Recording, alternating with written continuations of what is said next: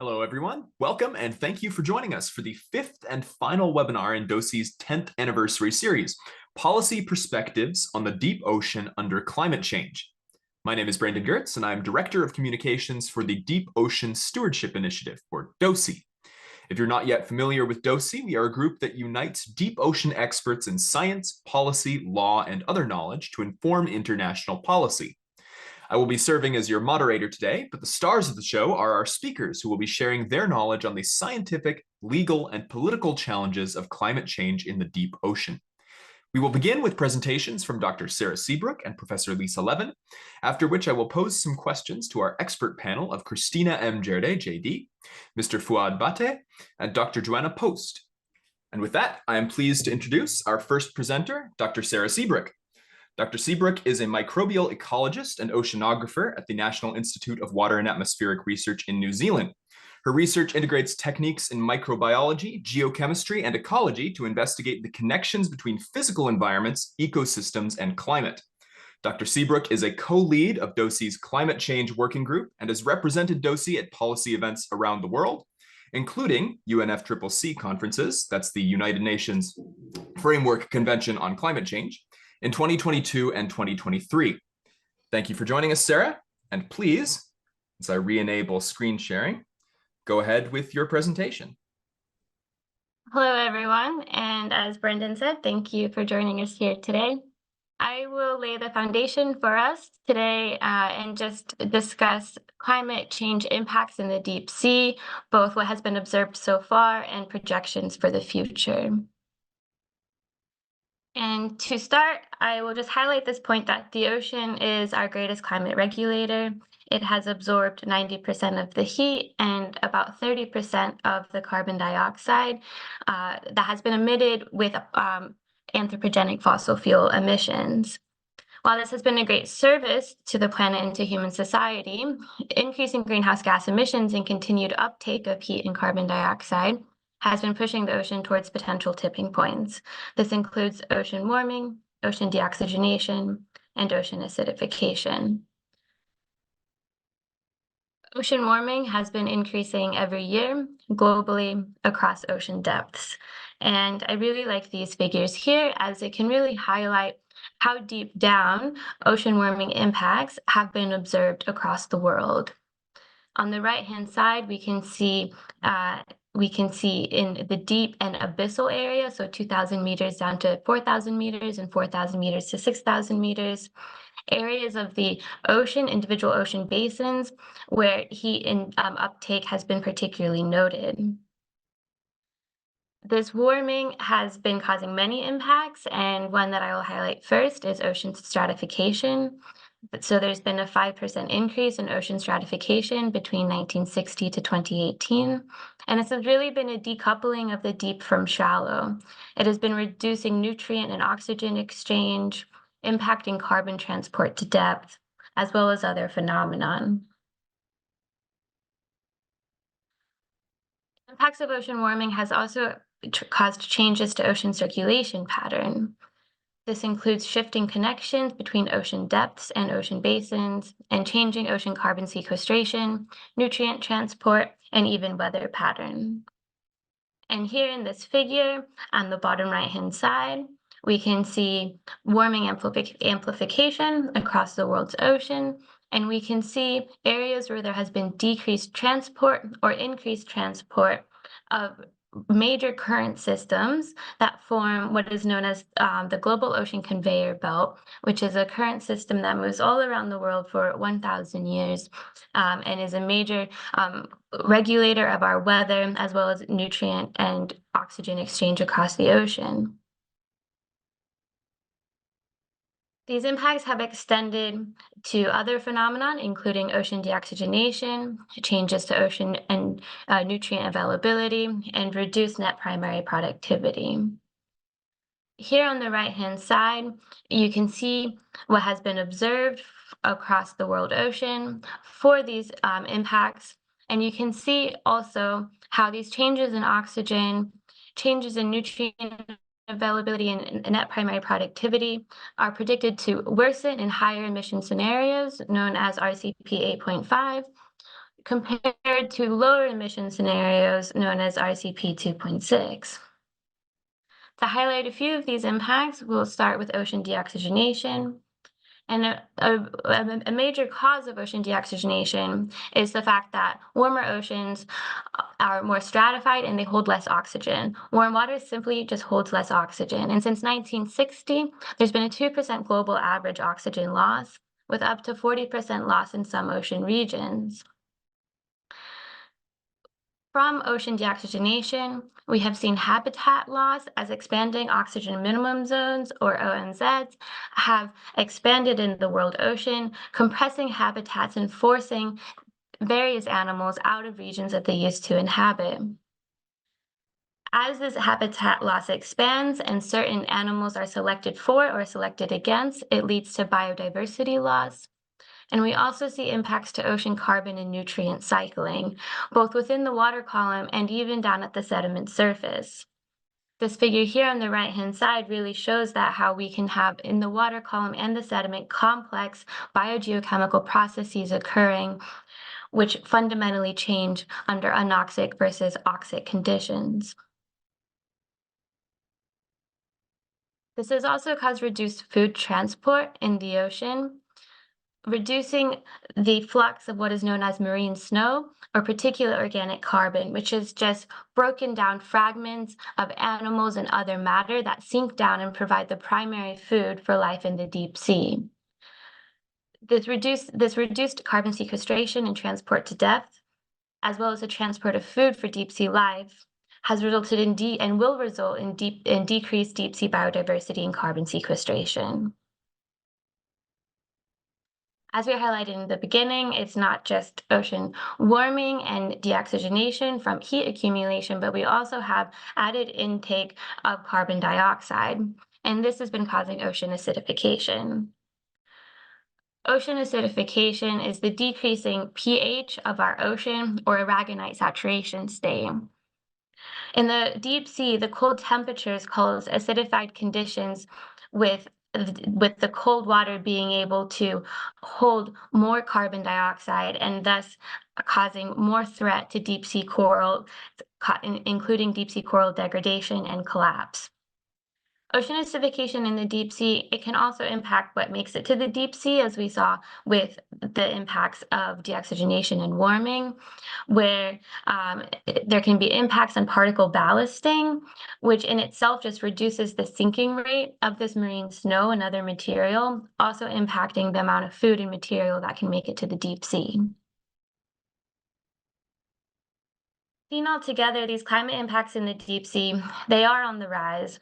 We have ocean acidification, a 30% increase in ocean acidity being measured so far, ocean warming across ocean basins, a 2% oxygen loss through ocean deoxygenation, and a reduction in food transport to deep ocean life.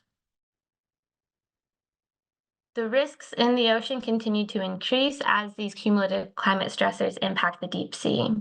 This includes biodiversity and biomass loss, habitat loss, tuna migration, shifting carbon and nutrient cycles, reduced resiliency to disturbance, and the dissolution of cold water coral habitat. We can look across the scenarios from the International Panel on Climate Change to see how these cumulative stressors vary across different emission scenarios, and see that in all instances, there's less risk at lower emission scenarios than compared to higher emission scenarios. And we can also see how all types of habitats and ecosystems in the deep sea will be impacted by these increasing warming and CO2 uptake in the ocean. And this does not include the potential compounded impacts from direct human impacts that Lisa will cover next. These impacts across the ocean basins and habitat types include reduced fisheries productivity in eastern boundary upwelling systems, the dissolution of cold water coral habitat for deep sea coral habitats, decreased biodiversity in seamounts, canyons, and slopes, reduced carbon burial in the abyssal plains, and even increased methane flux. Thank you very much for your time, and I will stop sharing now and hand it over to Brandon for Lisa. Thank you very much, Sarah. Now I am pleased to introduce our second presenter, Professor Lisa Levin. Dr. Levin is Distinguished Professor Emerita at the Scripps Institution of Oceanography. She is a marine ecologist who studies deep sea and shallow benthic ecosystems with a focus on climate change and direct human impacts. Dr. Levin is also a co-founder and co-lead of DOSI, the Deep Ocean Stewardship Initiative. And Dr. Levin helps lead the DOSI Climate Change Working Group and the Deep Ocean Observing Strategy, a program of the UN Ocean Decade, bringing climate science to policymakers and raising awareness about climate change in the deep ocean. Dr. Levin's involvement in this area also includes authorship on IPCC reports, the World Ocean Assessment, and participation in UNFCCC conferences 20 through 28. Lisa, please go ahead. Thank you. So you just heard from Sarah about how climate change affects the deep ocean in many, many different ways. So now I'm going to basically speak about the reverse, how the deep ocean and its biodiversity affect climate change and why it's so important to the climate. So you heard from Sarah, the ocean takes up 30% of excess carbon dioxide. And here's a little video of blue carbon uptake in action. We know that something like 93% of the ocean is deep ocean, that is below 200 meters. So it's not really surprising that the deep ocean plays such a significant role in carbon capture. And the value estimated of this annual carbon capture is on the order of $159 billion a year. So how does this happen? It happens basically in two ways. Carbon dioxide is removed from the atmosphere into the ocean through physical processes, and Sarah spoke about the conveyor belt or thermohaline circulation, which moves ocean water from the surface, particularly at the poles, down into deep water and towards the equator. And as the CO2-rich water is drawn down, more is taken up. But we also have what's called the biological pump, and this involves the uptake of carbon dioxide by phytoplankton at the surface, and that phytoplankton then aggregates and sinks, or it's eaten by small zooplankton, which then produce fecal pellets. In some cases, they swim down. And we have part of the biological pump is now called the migrant pump, and that involves bigger organisms like migrating zooplankton, but also fish and whales. And we also have larger algae and so on sinking into the deep sea. So let's see if I can advance. There we go. I think, the biological pump is basically depicted as small particles, but I want to talk about the biodiversity in the ocean as larger organisms that also play a very significant role in carbon transport and storage. And some of these mechanisms are depicted here. We have trophic cascades where small things are fed on by bigger things in increasingly deeper water.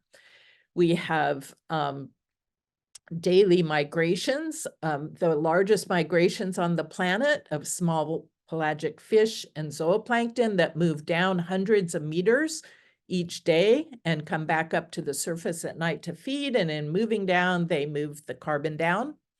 We have fish, many fish, which basically poop out carbon. They produce and release carbonate, which falls into the deep ocean.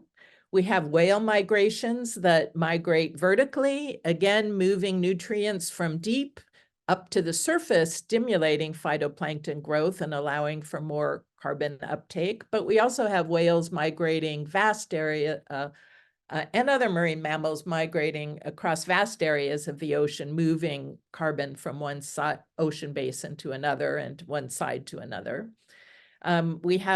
I mentioned the food web. We also have whales sinking and also large fish sinking and bringing carbon down into the deep sea. And in all cases, the depiction of the deep ocean, as you see here, is usually presented as a flat, featureless, often brown line The same for pictures of the biological carbon pump. But in fact, we know that all that carbon that's moving down doesn't reach a featureless deep sea, but in fact, hits a whole slew and diversity of different ecosystems. We have low oxygen areas. We have abyssal plains. We have tens of thousands of seamounts and thousands of canyons, thousands of cold water coral reefs. We have chemosynthetic ecosystems like hydrothermal vents and methane seeps. And each of these actually has an important role to play in the carbon cycle and in carbon sequestration. Let's see if I can get these to pop up. Try this way.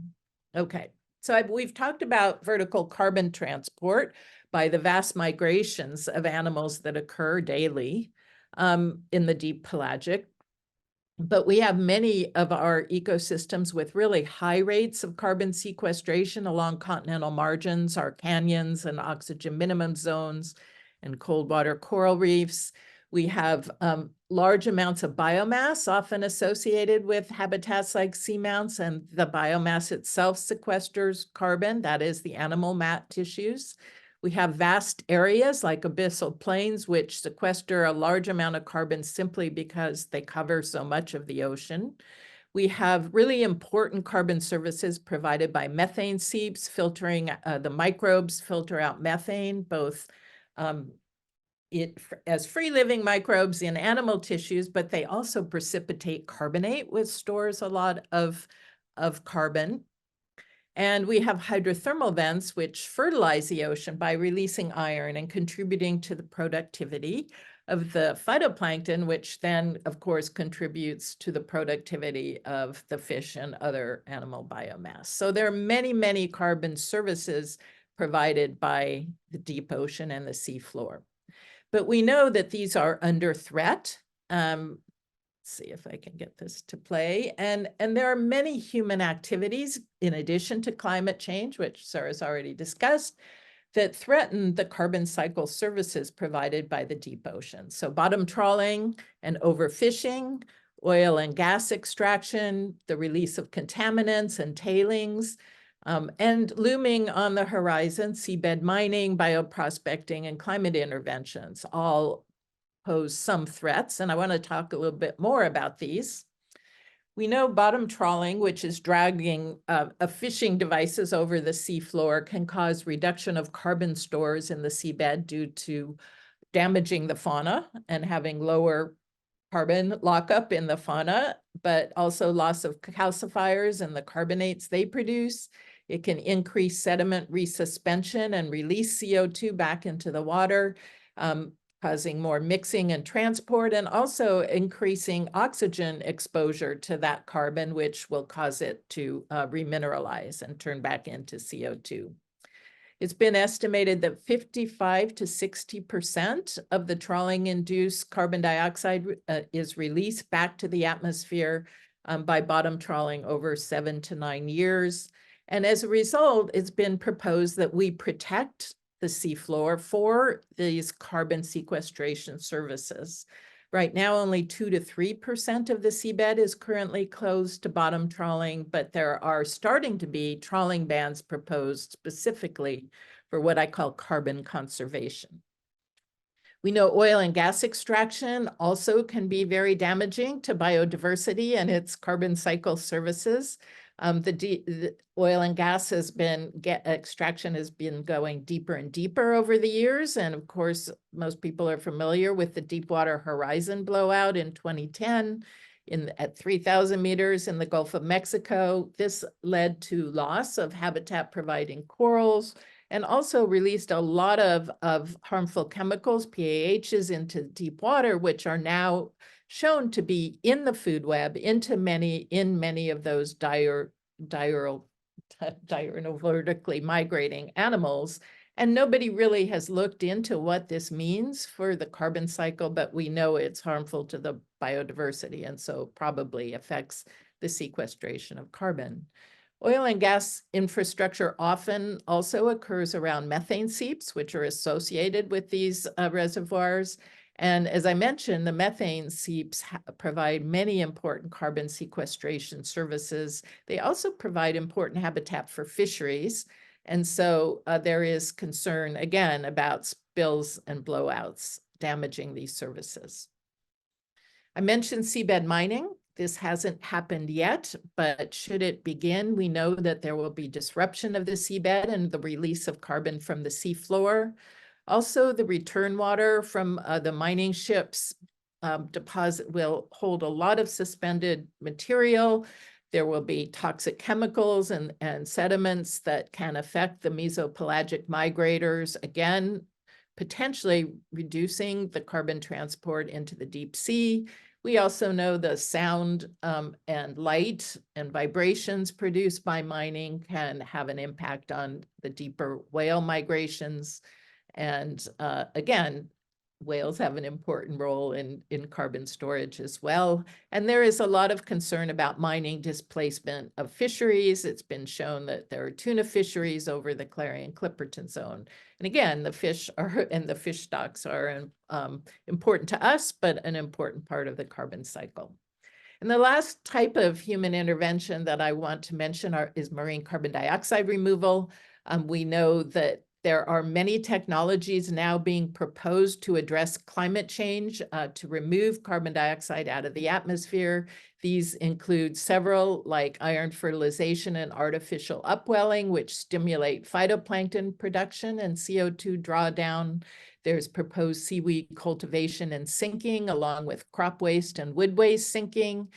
There's ocean alkalinity enhancement and electrochemical removal for alkalinity enhancement, along with olivine deposition. And then there is subduction of CO2 storage subsurface in the deep sea. So almost the majority of these technologies actually target the deep ocean as the carbon sequestration site. And the reason is that once the carbon is down below 1,000 meters, it can stay out of the atmosphere for 100 to 200 years, depending on where it's placed. But I want to draw attention to the fact that many of these technologies can damage deep sea ecosystems and potentially impair their carbon cycle services. So we know that those that will stimulate phytoplankton are likely to produce ocean deoxygenation, in other words, lead to excess consumption of oxygen and release of CO2, which is acidification, which can again impair the vertical migrations of animals, and probably have other damaging effects. We know that there's a massive release of dissolved organic carbon with the organic disposal proposed from macroalgae and crop waste and wood waste. And we know that all of this coming down onto the seafloor will smother marine life. It will probably reduce the amount of carbon burial that the animals can carry out and may cause anoxia and release greenhouse gases such as hydrogen, such as methane and nitrous oxide, as well as producing hydrogen sulfide, which is toxic. So there are many potential damaging effects of these technologies, and it's something we need to be aware of. And then I want to make the point, we all know, and we've heard from Sarah and my examples, how highly connected the ocean is. What we do in one part of the ocean affects other parts. And I wanted to draw attention to a modeling study by Tagliabue et al., which showed that if we fertilize large areas of the Southern Ocean, we might increase biomass and have more fish produced for some southern nations, the ones shown in blue and green here, but the majority of countries and their ecosystems will actually suffer because that fertilization will remove nutrients that would have made their way to the tropics. And so it's estimated that the primary production and fish biomass will be diminished, in fact, for all the regions you see in red here and orange. And the red are the double whammy, where climate change damages fisheries and the potential for iron fertilization does as well. Okay, so I'm just about done here. I think I want to point out that the governance and lead into our next set of panelists and point out how complicated the governance of the deep ocean is. I'm sure most of you are familiar that under UNCLOS, about 60% of the ocean is international ocean. The area is shown here in tan. But and most of that is deep sea, but also even within our EEZ, 75% of the area is deep.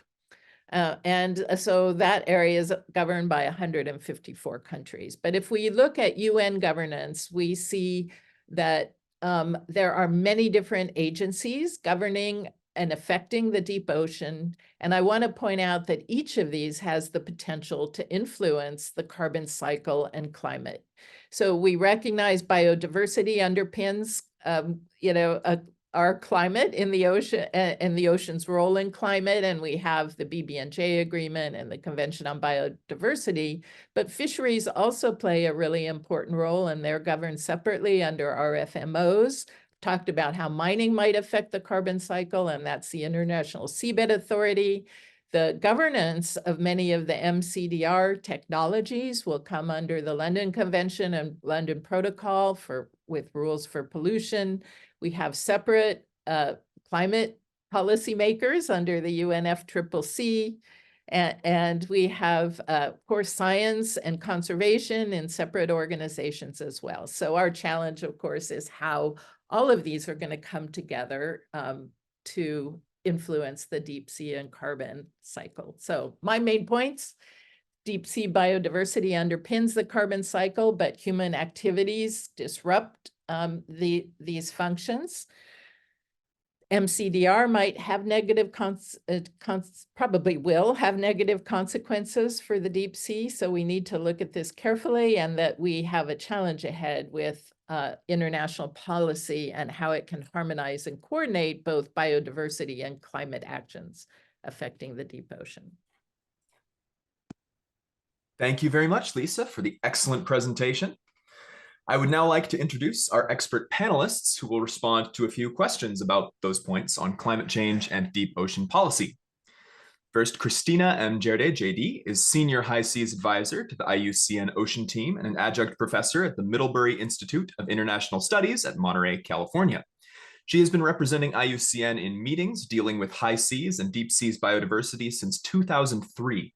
And for more than 30 years, she has worked on the progressive development of public international law relating to the marine environment. She's authored and co-authored more than 200 publications and co-founded 4 initiatives, including the Global Ocean Biodiversity Initiative, the Sargasso Sea Project, the High Seas Alliance, and DOSI itself.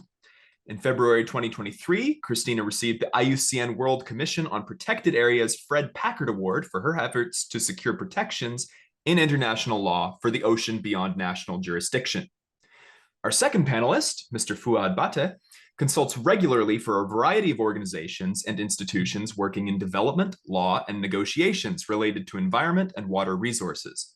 Between 2019 and 2023, he served as a delegate to the United Nations Intergovernmental Conference to elaborate an international legally binding instrument under the UN Convention on the Law of the Sea, including as the coordinator and lead negotiator on behalf of the 2019 chair of the Group of 77 in China, otherwise known as G77, and subsequently as part of the 2022 G77 chair's BBNJ team.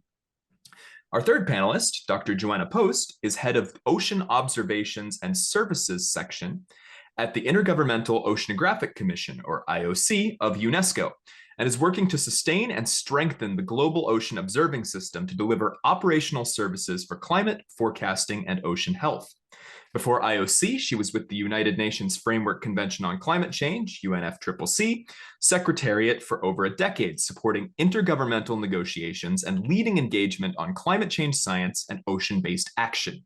She began her career actually as a science writer and communications manager, and holds a PhD in environmental science from the University of Newcastle upon Tyne in the UK. Kristina, Fuad, Joanna, thank you very much for joining us. I'm going to start, just to make sure that we have the right amount of time ahead of us for our big questions, by asking one question to each panelist, and then we can get into a question for everyone. The first question is for Kristina, and that is, what international policy tools do we have to confront the environmental impact of climate change in the deep ocean?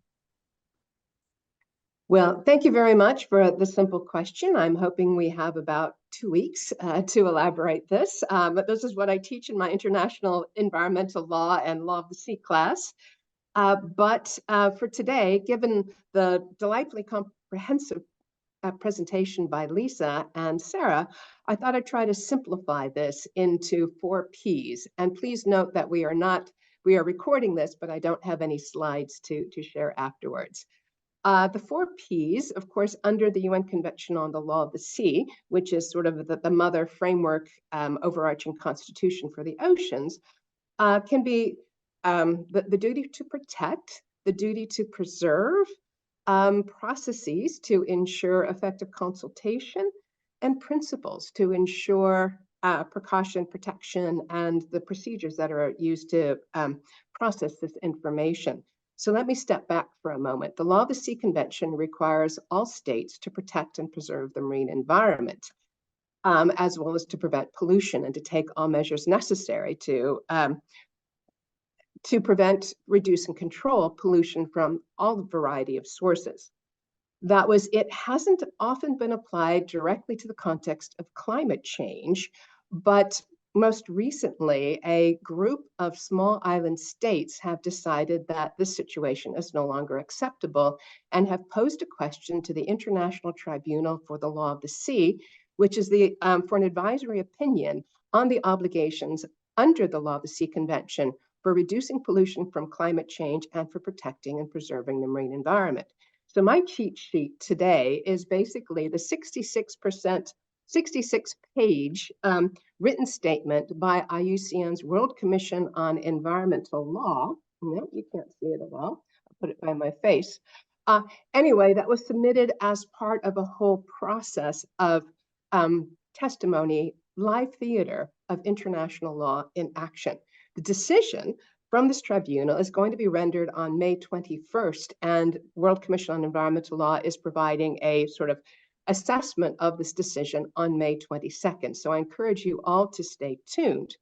But what I've taken away from this policy brief and my years of experience in this world is that the duty to protect and preserve have basically been underplayed in the context of the marine environment. But it really means is the duty to proactively protect through the adoption of measures to prevent, reduce, and control pollution of the marine environment. The duty to preserve means establishing marine protected areas and other types of area-based management tools to enhance and maintain ecosystem resilience, including to the impacts of climate change. In terms of processes, we have environmental impact assessments and now more recently strategic environmental assessments that help to gather and compile the best available scientific information to identify research gaps and knowledge gaps, and actually to provide processes for governments to include the public, the expert scientists, as well as sectors in consideration of what should be approved and what should not be approved. And of course, to guide those decisions on what should be approved and not approved are fundamental principles of international law, like not causing harm to your neighbors or areas beyond national jurisdiction, applying the precautionary principle, especially when information is uncertain, and to ensure that principles of equity and both intergenerational, current generations and future generations are taken into account in these decisions. Where we draw all of these principles, processes, and tools are, of course, the Law of the Sea Convention, the Convention on Biological Diversity, which applies in areas within and beyond national jurisdiction, sets out really guidance and tools for states to know what to look for when conducting environmental impact assessments, conducting strategic environmental assessments, as well as establishing systems of protected areas or even marine spatial planning. The UN Fish Stocks Agreement that regulates fishing on the high seas, as well as within national jurisdictions for straddling fish stocks, really calls for precautionary and ecosystem-based approaches. As we've been hearing more and more is that good fisheries management is good carbon management. So we really need to start drilling down in how fisheries are conducted to assess the role of subsidies, to assess the role of fuel consumption, to address the impact on the various species that are being caught, as well as caught incidentally, the bycatch, and ensure that true ecosystem climate smart approaches are entailed. And then finally, the BB&J agreement that many of us here, that I see many familiar faces, have been working on, introduces 3 important new innovations. And one with the biodiversity beyond national jurisdiction is a new principle and approach to adopt all approaches to enhance climate resilience, to maintain those carbon cycles that Lisa has been talking about. And that includes applying it to the full realm of the activities that we do beyond national jurisdiction and by implication within national jurisdiction. It also provides procedures internationally for strategic environmental assessments on a regional basis to engage the best available scientific expertise to assess the status and trends of marine ecosystems, to identify research gaps, as well as to identify potential new next steps for that vast array of international organizations that have some say or some footprint in ABNJ. And then finally, recognizing the importance of capacity building and technology transfer to enable all states and all players to really have an effective role in better protecting, maintaining, preserving, and sustaining our shared global ocean commons. So I will stop there and leave it over to the rest of you to fill in the gaps, and look forward to further conversation. Thank you. Thank you very much, Kristina. As you said, I'm sure we could talk about that one question for about a 2-week webinar, but I appreciate the response. My next question is for Fuad, which is, how can scientists work with states to support effective ocean and climate policy? And what expert support do states need to make an impact? Well, thank you, Brandon, and thank you, DOSI. It's a privilege to be here and join you. I have learned a lot just from being here today, and I always learn from colleagues like Lisa and Kristina. So grateful, thanks. My point of entry, obviously, because I consider myself relatively new in the ocean field, working on these marine resources through the BB&J experience.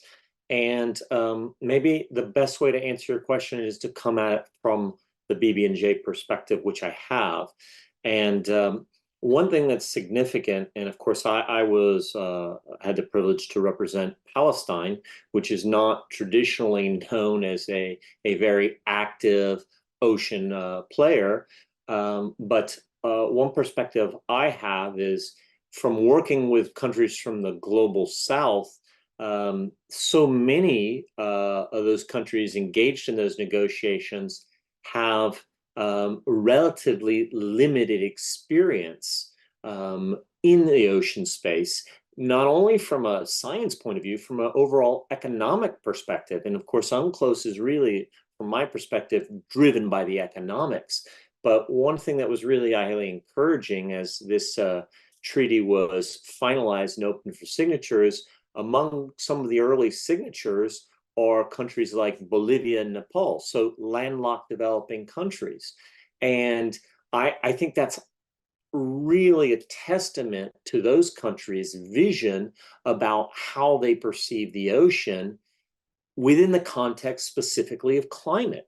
I mean, their concerns over global climate has made them reflect on the ocean and its important role, but they don't have the underlying ocean knowledge. They don't have the underlying ocean science to really engage in a determined manner. And so perhaps this is an opportunity for all of us to think, well, how can we help these states who are players in the international forum on across the alphabet soup that Lisa referred to, whether it's at CBD or UNFCCC or in the BB&J or UNCLOS, and by informing them about the science, but in ways that they can absorb, policy brief, opportunities for partnering, not just scientific partnering, which is important, of course, but partnering in new ways. I mean, SDG 17 is about partnerships and how we re-envision partnership. I'll make a point here. We talk in the Global South about South-South partnerships. Of course, island states are absolutely at the front line of what happens in the ocean, and they look at it existentially. But can we envision a future of cooperation where island states are actually working with landlocked developing states to inform them and bring them into the picture from a science and policy point of view? I mean, should Palestine be at the ISA, as we have signed that first implementing agreement talking about deep sea mining? Yes, I think we should be. We just don't have the knowledge to inform our participation. And so there needs to be thoughtful leadership coming from science and extending itself, saying, how do we get these actors who know they should be more involved, better prepared to engage? Because if they're better prepared to engage, then they can become players. I think I've gone on a little bit too long. I know we're short on time, but I'm happy to come back and answer more to these types of questions if you have more thoughts or questions for me. Thank you. Thank you very much, Fuad, for those insights. And we will get back to those questions if we have the time.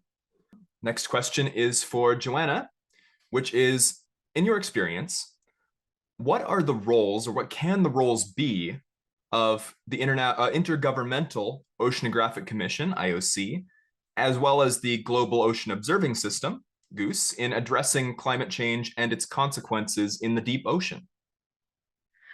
Okay. Hi, everyone. Thanks very much, Brandon, for the question. Thanks, everyone, for inviting me along today. You'll have to forgive me. I'm suffering a little bit from a cold, so apologies for any snuffles and coughing. So the International Oceanographic Commission is part of UNESCO, and its purpose is actually to promote international cooperation, coordinate programs in research, services capacity building in and around nature and resources. It's essentially the ocean science part of the UN. And it's also there to help. It follows very much what Fuad was saying. Part of its mandate is also to help decision-making processes of member states. So we know very much that there's an awareness been built in the last, I would say, even less than a decade, on how important the ocean is for the climate, for the planet, for health, for society, that didn't exist even 10 years ago. But what's happened in many of these multilateral agreements that are now existing is this policy recognition, which is fantastic, but not the knowledge of how to. And I think that is where the IOC must step up the role. We are a very small but mighty team with a very large scientific community there that are definitely a coalition of the willing to help evolve this conversation. But I think there's a real need to now target science a little bit more clearly into some of these delivery spaces that have been elucidated very well by Lisa and in the presentation. So IOC is sort of the UN science, ocean science part of the UN. Now, GOOS is the Global Ocean Observing System. Our lead sponsor is the IOC, but we also have co-sponsorship by WMO and UNEP and International Science Council. Now, the Global Ocean Observing System is there to provide the framework and the essential ocean variables that need to be measured as, if you like, the raw materials along the decision-making chain. So we are again, very much a sort of small team that coordinates a large observation system that delivers information effectively to build the data chains, the metadata management that'll obviously feed into the prediction and the services needed for decision making on the ocean. I'll stop there because I know we have more questions, and I'll carry on as the time arises. Back to you. Thank you very much, Joanna. So our last pre-scheduled question is for any panelists who would like to respond. and it has to do with the topic of marine carbon dioxide removal that Lisa mentioned during her presentation. But we've talked about policy tools for confronting the environmental impact of climate change in the deep ocean, but we haven't yet focused on the other side, which is policies affecting efforts to use the deep ocean in fight against climate change, like marine carbon dioxide removal or MCDR. A lot of funding is now going towards MCDR research, and there are some worries that the investment is outpacing the science on what is safe. So the question is, do you have any thoughts on what the options are for good governance internationally of marine carbon dioxide removal as a subject? I can pitch into this one if my other colleagues won't. And it's a very, very challenging question. Okay, and my background for the last decade or so has actually been leading the science ocean policy conversations under the UNFCCC. So we have a challenge with carbon dioxide removal that it's assumed as part of the meeting the commitments under the Paris Agreement, because Article 4.1 talks about reduction and removal. And yet there's not even a scientific framing for how to organize CDR, never mind a governance framing. But Article 6 of the Paris Agreement, of course, is talking about providing carbon credits for certain options that people want to jump in on, without any sort of basis from which some of these organizations are running. So it's a massively challenging topic. I strongly think that we should be talking about observations, monitoring, reporting, and verification of any and all CDR projects in the ocean before any of them are allowed to carry on. Now, in the research context, obviously the research is one aspect of that, but certainly in the implementation and when people want to earn money out of it, there should be a very clear conversations going on about actually what are the scientific baseline and emission factors and all of these things that are used for measuring carbon credits before anybody earns money out of CDR. And I think it's a very challenging problem, and it's a very challenging problem for the ocean as well. But I'll pass to my other colleagues to respond. Fuad, do you want to jump in, and then I'll go after you? And Lisa. I defer to you, Kristina. And Okay, well, first, I would say as much, if not more, money needs to go to determining the safety of any of these measures on the full range of the marine environment, of course, including the deep ocean. If you're developing any new medicine for cancer or anything else, the first rule is to make sure it doesn't kill the patient or make it that much worse. That was the second thing, is to make sure, of course, that it is in fact effective in what it does. But what we're seeing today are lots of voluntary carbon credits being proffered on the market for some in ways that cannot necessarily be assessed and certainly cannot be determined to be safe. There is an existing legal tool that is underutilized at present, and that, of course, is the framework of the London Convention and London Protocol. The London Convention regulates all dumping into the marine environment, including the placement of material that is likely to have a harmful effect on the marine environment. The parties to the London Protocol, it's sort of the newer precautionary version of the London Convention, and the parties to the London Convention have adopted a framework for assessing the legitimacy of marine scientific research. Is this in fact being done purely for proffering carbon credits, or is it in fact asking legitimate scientific questions that will contribute to our knowledge? But also saying that we should be deferring the deployment of any type of marine climate interventions until we can actually ensure that they will not cause widespread, long-term or severe environmental effects. That was this environmental protocol. The London Protocol only has, I think, 58 states parties to date. The annex that talks specifically about ocean geoengineering has only been ratified by 6 states. We desperately need to bring this agreement the protocol into force together with its annex on ocean fertilization to make sure that there are standards for assessment of these proposed activities at this early stage of research, because we're seeing so much money going in. These projects, when scaled up, will not be necessarily trivial or what do you call it, that was of transitory nature.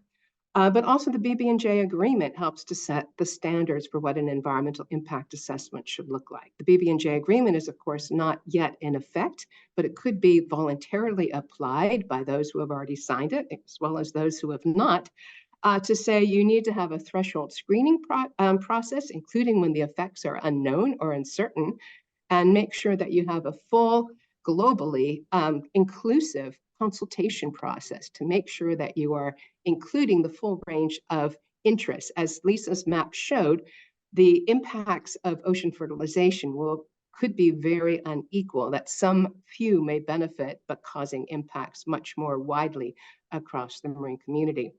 And then thirdly, finally, I think that the UNFCCC, the BB&J, the CBD, as well as the scientific community really need to have a global forum for talking about how are we going to establish a long-term inclusive global framework for all these types of ocean climate intervention, as well as the solar radiation management, the attempts to tinker with the systems of the Earth, our planetary home, in the context of addressing the big impacts of climate change. These impacts are too big to ignore. The questions are too big to ignore, and our planet, our ocean, is the only home we have. So it needs global consideration. Thanks. Thank you for letting me to jump in on this topic as well. I mean, I think I'll go back to something that Kristina said in her earlier intervention, talking about the precautionary principle. And it is critical that we start looking at the ocean in a holistic manner. I mean, UNCLOS has obviously created a zonal approach, which hasn't always been helpful. But if we are concerning ourselves with deep sea mining and the carbon that potentially could be released from that, as well as bottom trawling and those other things, and yet we're also then saying, well, because the ocean could be a solution for great climate challenge, let's think about these new techniques. And so, we're releasing from one side, we're trying to put back in from the other side. And I mean, it seems that silos and fragmentation still exist, and we need to actually come together under the different regimes. And perhaps this is going on, and our colleague from IOC within the UN system could speak to this, but we do have, kind of our global special envoy on the ocean. And I don't know, I mean, are all the UN actors and regimes meeting to have these conversations? Because we should be encouraging them to have these conversations.